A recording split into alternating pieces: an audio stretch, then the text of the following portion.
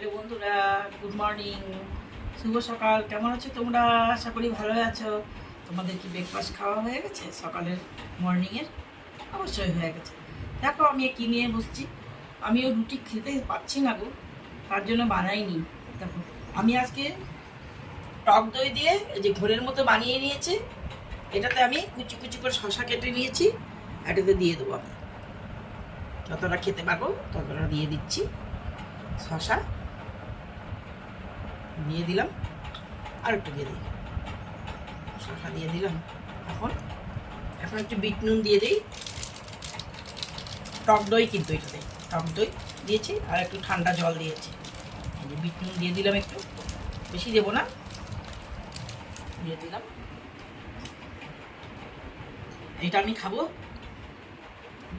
এমনি খাবো, ঘুরতে হবে না, এমনি খেয়ে নেবো, মিশে যাবে এটা নুনটা। খুব মজা লাগবে খেতে। গরম তো পড়েছে, গরম গরম তো কমেনি, গরম তো আছে। এটা আমি খাবো, সকালে খেয়ে নেবো আমি, তারপরে দুপুরে ভাত খাবো। আর আমার হাজব্যান্ডের জন্য দেখো